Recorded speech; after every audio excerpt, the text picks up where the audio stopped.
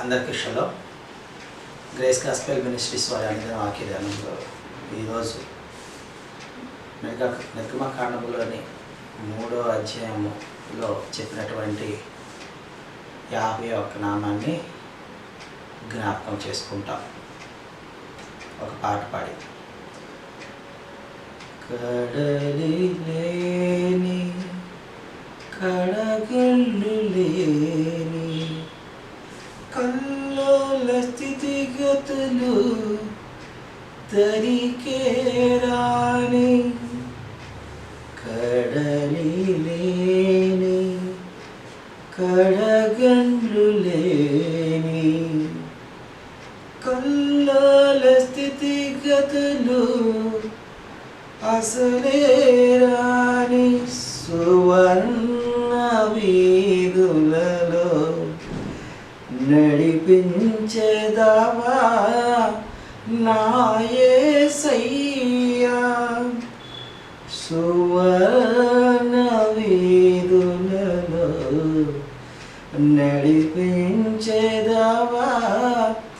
నా యెహోవా. సీయోనులో స్థిరమైన పునాది నీవు, సీయోనులో స్థిరమైన పునాది నీవు. నీ మీదే నా జీవితము అమర్చుచున్నావు.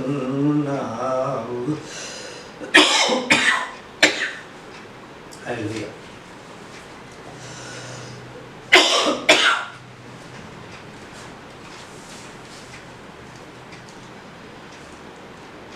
నేను వాక్యమును వివరించేటప్పుడు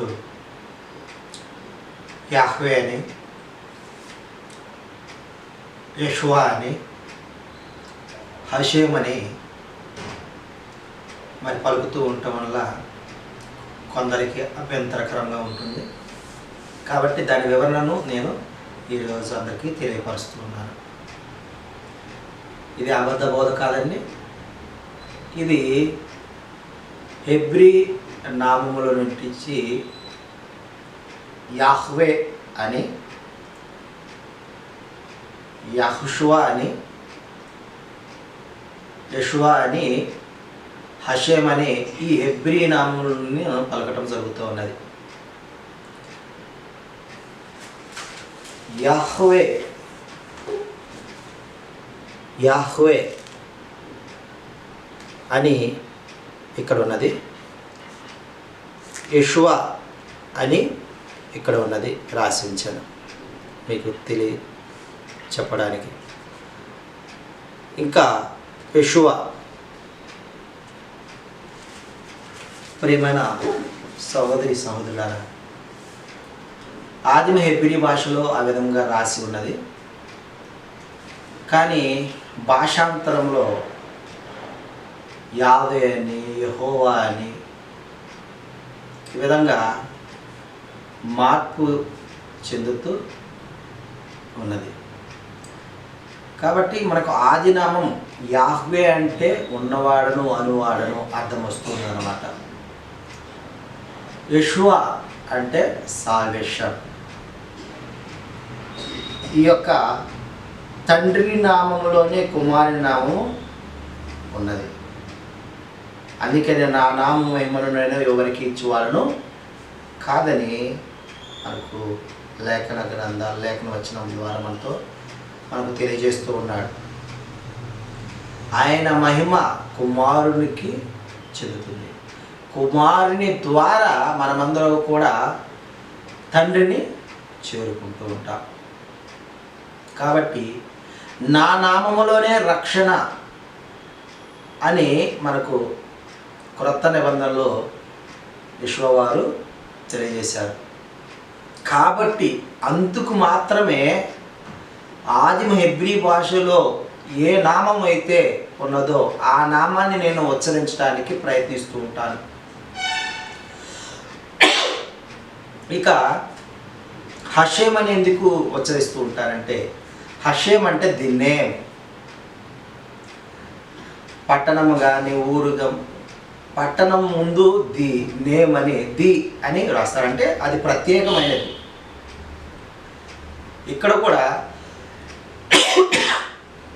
ది అనే నేము ఓన్లీ తండ్రి యొక్క నామాన్ని వ్యర్థముగా ఉచ్చరించకూడదు, యావే యొక్క నామాన్ని వ్యర్థముగా ఉచ్చరించకూడదు అనే ఒక ఉద్దేశంతోనే ఇశ్రాయేలీలు యూదులు ది నేమ్ తండ్రి నామమున అని ఉచ్చరించడం జరుగుతూ ఉన్నది, హషేమ్ అని.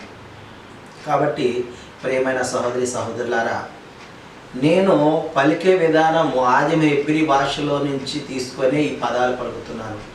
మిగతా వివరించేది బైబిల్లోని ఏ విధంగా ఉన్నదో అదే విధంగా నేను తూచా తప్పకుండా వివరిస్తూ ఉన్నాను. కాబట్టి ప్రియమైన సహోదరి సహోదరులారా, ఈ యొక్క నామం విషయములో ప్రాముఖ్యతను మీరు గ్రహించగలరని నేను మీకు మనవి చేసుకుంటూ, మరి ఇట్టి సమయంలో హషేము వారి యొక్క నామాన్ని, మన యొక్క రక్షకుడు విమోచకుడైన యెషువా యొక్క నామాన్ని మరి తెలుసుకోగలటానికి ఇట్టి సమయానికి మనకు అనుగ్రహించిన మరి తండ్రికే మహిమ ఘనత చెల్లునుగాక. ఆమేన్.